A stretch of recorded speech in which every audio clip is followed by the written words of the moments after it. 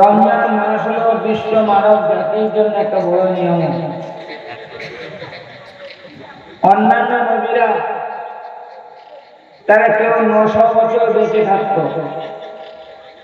অন্যান্য জামানার লোকেরা 1000 বছর বেঁচে থাকত। যে ব্যক্তি বেশি দিন বেঁচে থাকবে তার নেকি বেশি হবে। হবে না? হবে না?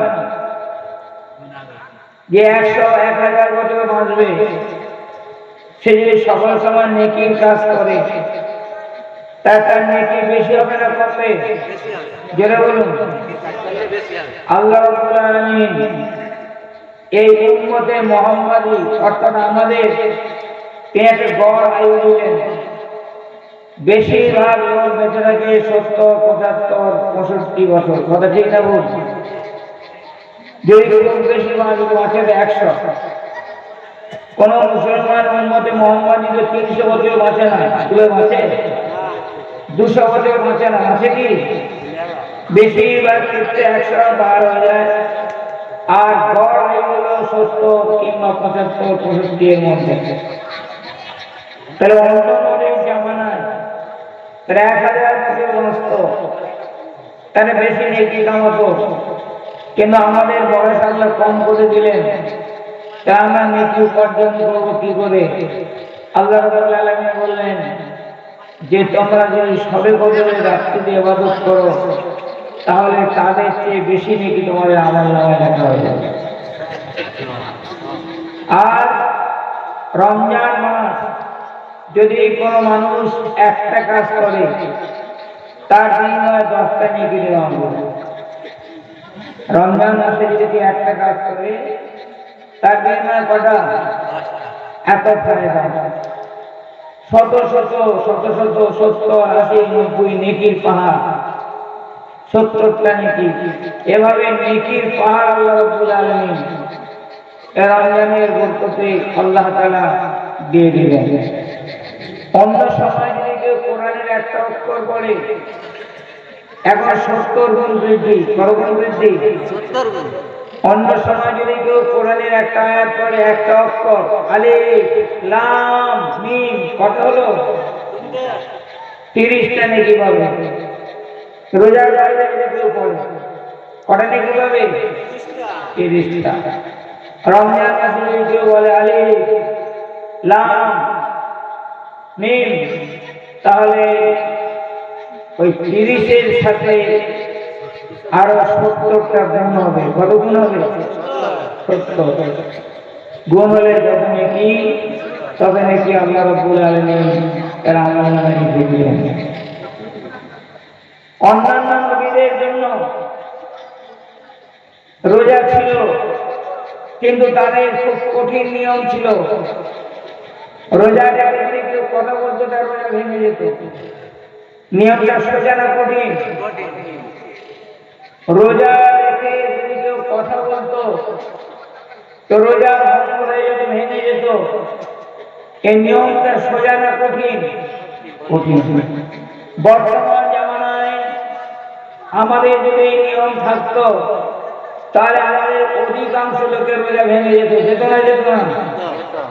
আল্লাহ রাব্বুল আলামিন প্রিয় নবী সাল্লাল্লাহু আলাইহি ওয়াসাল্লামের উম্মত হওয়ার কারণে ইসলাম ধর্মের নিয়মটা আমাদের জন্য সোজা করে দিয়েছেন।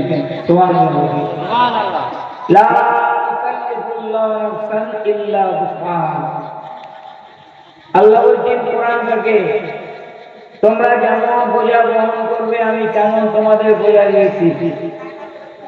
তোমরা যা ক্ষমতা তোমাদের মধ্যে আয়ত্তে। আল্লাহ তাআলা গরীবকে হক ফরজ করেননি, কেউই করেছেন? যদি আল্লাহ কোরআন কাছে বলতেন প্রত্যেকটা মুসলমানের হক ফরজ, আল্লাহ রাব্বুল আলামিন যদি কোরআন কাছে ঘোষণা দিতেন যে প্রত্যেকটা মুসলমানের জন্য হক ফরজ, তাহলে গরিবদের মাথায় হাত পড়ে যেত না? যেত না? বলেন। গরিবরা বিপদে পড়তো না? পড়তো না? পড়তো। আল্লাহ যে বলেন যে রোগীর জন্য রোজা রাখতে হবে, যে একবার অসুস্থ রোগী বিছানায় পড়ে আছে, তার জন্য রোজা রাখা ফরজ, তাহলে সে ব্যক্তি বিপদে পড়ে যেত। ইসলামের আইনে যে বলা হতো যে শিশু অবস্থার রোজা ফরজ, তাহলে সেই ব্যক্তির গার্জিয়ান বিপদে পড়ে যেত। আল্লাহ হজ ফরজ করলেন কাদের? যারা ধনী। যাকাত ফরজ করলেন কাদের? যারা ধনী। গরিবের জন্য ফরজ করেননি। এটা কেন? আল্লাহ তাআলা বলছেন লা ইউকাল্লিফু নাফসান ইল্লা বুসআহা, তোমরা যেমন বোঝা বহন করবে আমি তেমন তোমাদের আইন করে দিয়েছি। তো উম্মতে মুহাম্মাদী তাদের জন্য ইসলামিক আইন কানুন খুব কনসেশন করে দিলেন, খুব সোজা করে দিলেন, সরল করে দিলেন। অন্য নবী জামানায় খুব কঠিন ছিল, কঠোর ছিল। যেমন ঈসা আলাইহিস সালামের জামানায় রোজা রেখে কথা বললে রোজা ভেঙে যেত।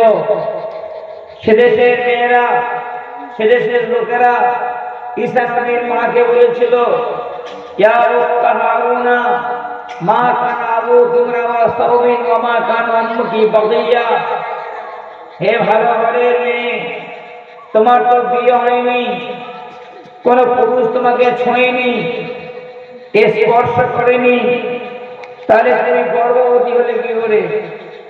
তোমার পেটে বাচ্চা এলো কিভাবে? পাড়ার মেয়েরা, পাড়ার লোকেরা এসে জিজ্ঞাসা করছে, কাকে? ঈসা আলাইহিস সালামের মা মরিয়মকে জিজ্ঞাসা করছে, এ ভালো ঘরের মেয়ে, এ ভালো বংশের মেয়ে, ইয়া উক্তা হারুন মা কান আবুকি ইমরা সাওবিন ওয়া মা কান উম্মুকি বাগিয়া, তোমার মা তো খুব ভালো বংশে, তোমার বাপ তো খুব সৎ এবং নবী, তাহলে তোমার বিয়ে হয়নি, তোমার পেটে সন্তান এলো কি করে? মরিয়ম আলাইহিস সালাম আল্লাহকে বললেন, আল্লাহ এই ঘটনা হওয়ার আগে যদি আমি মরে যেতাম তো ভালো হতো, আমি লজ্জায় আর মুখ দেখাতে পারছি না। পাড়ার লোকেরা তাড়িয়ে নিয়েছে, একটা খেজুর বাগানে পড়ে আছে, সেখানে গিয়ে সবাই জিজ্ঞাসা করছে। আল্লাহ বললেন, মরিয়ম তুমি ওদেরকে বলো, ইশারা করে দেখা, ইশারা করো আর বলো যে আমি রোজা রেখেছি। কি বলো? মরিয়ম তুমি বলো যে আমি রোজাদার, আমি তোমাদের কথার জবাব দিতে পারবো না, কেননা রোজা রেখে কথা বললে রোজা ভেঙে কঠিন। ভাষাটা নিলেই তুমি বলো আমি রোজা রেখেছি, ইশারা করো তোমার ছেলের দিকে। হযরত ঈসা আলাইহিস সালাম তখন কোলের শিশু, তার দিকে ইশারা করে বলল, আমি রোজা রেখেছি, আমি কথা বলতে পারবো না, যা জিজ্ঞাসা এই বাচ্চাটাকে করো। ওরা তখন বলল, কাইফা ইউকাল্লিমু মান কানা ফিল মাহদি সাবিয়া, ওই দোলনায় শুয়ে থাকা শিশু সে কি করে আমাদের কথার জবাব দিবে? কারা বলল?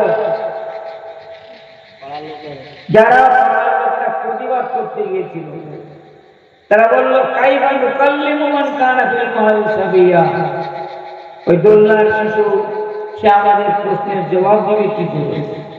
তখন শিশু জবাব দিল, ক্বাল ইন্নী আব্দুল্লাহ আতানি আল কিতাবা ওয়া জাআলানি নাবিয়্যা ওয়া সালানি বিস-সালাতি ওয়াজ যাকাতি মা দুমতু হাইয়্যা। সেই শিশু দোলনায় শুয়ে শুয়ে জবাব দিল, আমি হলাম আল্লাহর বান্দা, আল্লাহ আমাকে নবী করে পাঠিয়েছেন, আমি একজন নবী, একবার সুবহানাল্লাহ।